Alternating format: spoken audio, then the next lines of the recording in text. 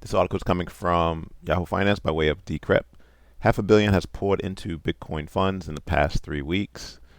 Institutional investors have put $500 million worth of assets into digital assets investment products, mostly ones that hold Bitcoin. According to a recent report by CoinShares, digital asset investment products registered 136 million inflows in the past 7 days.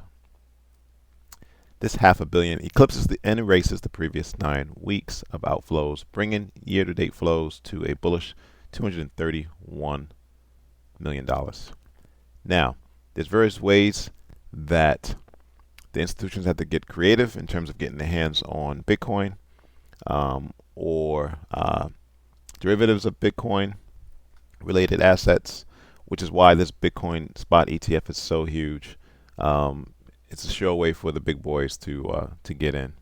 Now, there are ETFs that trade that are derivatives of Bitcoin or have stocks that hold or are correlated to Bitcoin. And the first one we have is Valkyrie Bitcoin miners. Did a post yesterday how Vanguard bought more Riot Platforms and Marathon Digital. But I'm going to skip over this. This only has right now roughly 5 million under management, which means that there's low liquidity. However, top stocks that it holds is CleanSparks, Hive Blockchain, Bitfarms, and Riot. The other one is VanEck Digital Assets Mining. Again, heavily weighed towards the somewhat miners. Top stocks include Riot, Hive, HUD8, CleanSpark, Marathon. But then you have others such as Galaxy Digital, Silvergate. Well, we know what happened to Silvergate, right? This article is from February.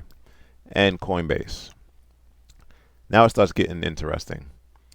We have the VanEck Digital Transformation, DAP. And top holdings include Coinbase, Block, MicroStrategy, which is the third largest holding. And if we go to the chart of DAP, wow, we have this pretty reversal on the monthly chart.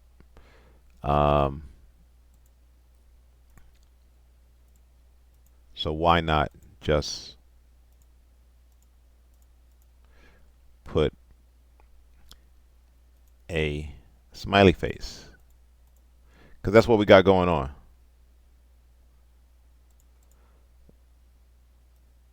That's exactly what we got going on.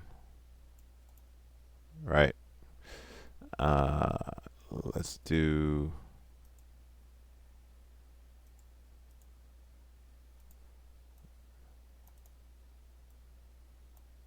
That's exactly what we got going on, right? We have this huge accumulation phase. Now let's scroll down to the weekly chart. Right, the conservative buy would have been a breakout of the most recent pivot high. So this is where the trend reversed. If I map it out,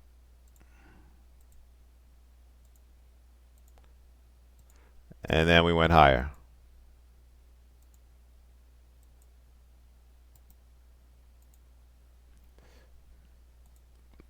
Let's increase that a bit more. This is the W pattern I talk about a lot. Break of that apex to go long, pull back to that apex. You know, that was a conservative approach. Aggressive, some may say, would have been right here. You had a rallying price, base and candle, and a rally out. The volume wasn't explosive, but did pull back. That was at 350, right? That was back in March. What would we say that now? 77. How high can we go? We can easily get to 12. 12 becomes the first target. Why? Look at these pivot lows, which was support, should serve as resistance now. Let's get back to the article. Then we got the Bitwise Crypto Industry Innovators, BitQ. This ETF has 50 plus million under management. It includes Bitcoin miners, Coinbase, MicroStrategy, Galaxy Digital. So let's check out BitQ. It's going to be the same.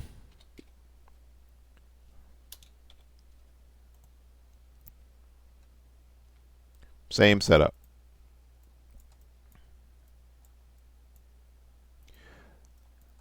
Folks may not like my drawing, so I'll hold off on the smiley face. Again, where can it get to? $14, first target. Let's scroll down to the weekly. Same setup. Give you an opportunity to get long down at the 425 level. Let's look at it on the daily chart. Same setup. Rally in price, base and candle, rally out, pulls back, go long. Go long. All right. The last one on the list. I have Global X blockchain. Now this one includes NVIDIA. This one includes NVIDIA, in addition to other Bitcoin related stocks. But this one has NVIDIA, which is enticing. BKCH. BKCH. And this is probably the most known Bitcoin related ETF. Same pattern. Same pattern. Where can we get to? Easily $56. But you are going to have some resistance at 48. We're going to look at that a bit more. Let's go to the weekly chart. Same pattern. Let's scroll down to the daily. Same thing. Rally in price, base and candle rally, pulls back, go long. Go long. All right, so let's go back up to the weekly chart. All right, we're going to look at that on the daily chart because I don't see much on the weekly chart. Yeah, you'll get a pause. Price should stall here, but it won't reverse. If it's going to reverse, and I'll say pullback, it's going to be closer to the monthly resistance support band at $56. Moral of this video, go long. Wait for pullbacks and then go long. Thanks for watching. Subscribe. Please like the video.